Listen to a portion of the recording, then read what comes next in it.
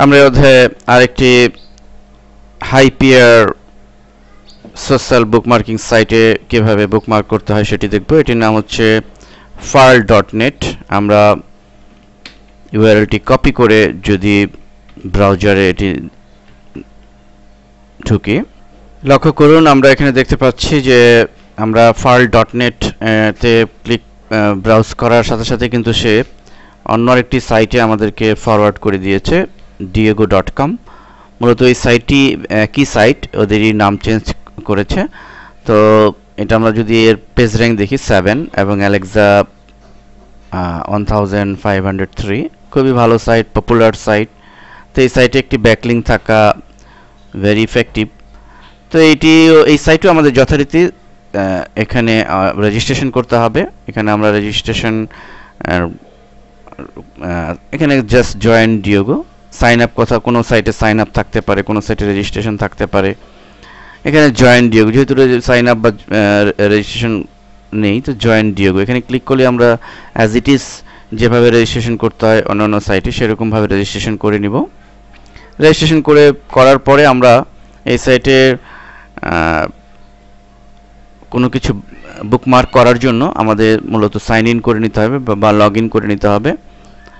কিন্তু এই সাইটে একটা চমৎকার ফিচার আছে, একটি টুলবারের সাহায্যে আমরা খুব দ্রুত বুকমার্ক করতে পারবো।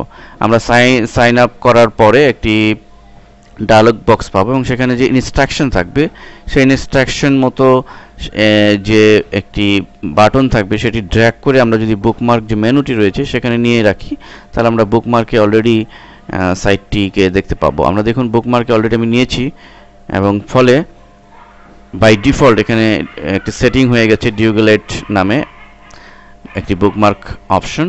তো ধরুন আমি এটি ক্লোজ করছি, আমি আমার alherabd.com সাইটে ঢুকেছি এবং একটি পোস্ট আমি বুকমার্ক করব। ধরুন আমি এই পোস্টটি বুকমার্ক করব, 10 ফ্রি ওয়ার্ডপ্রেস পোর্টফোলিও থিমস। এটিতে আমি ঢুকছি।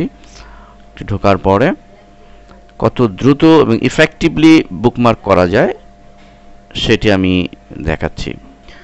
এখন আমি বুকমার্ক করব এই সাইটটিতে farl.net বা diego.net। তো আমাকে সাইটে ঢুকতে হবে না, আমি জাস্ট এখানে এসে বুকমার্ক মেনুতে যাব এবং dioglet এটি অপশনে ক্লিক করব। ফলে আমাদের সামনে একটি অলরেডি টুলবার চলে এসছে।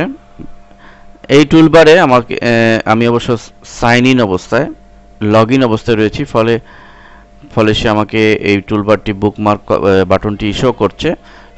সাইন ইন অবস্থায় না থাকলে আমাকে লগ ইন করতে হতো, সাইন ইন একটা অপশন থাকতো, সেখানে ক্লিক করলে আমি ঠিক এইরকম মেনু পেতাম। তো জাস্ট এখন আমি কি করব যে আমি যেহেতু এই পোস্টটিকে বুকমার্ক করব, সো জাস্ট বুকমার্ক বাটনে ক্লিক করব। অটোমেটিকলি আমাকে একটি ডায়লগ বক্স দিবে এবং ইউআরএল এবং এটির যে হেডলাইন বা টাইটেল অটোমেটিকলি সে ডিফাইন করেছে।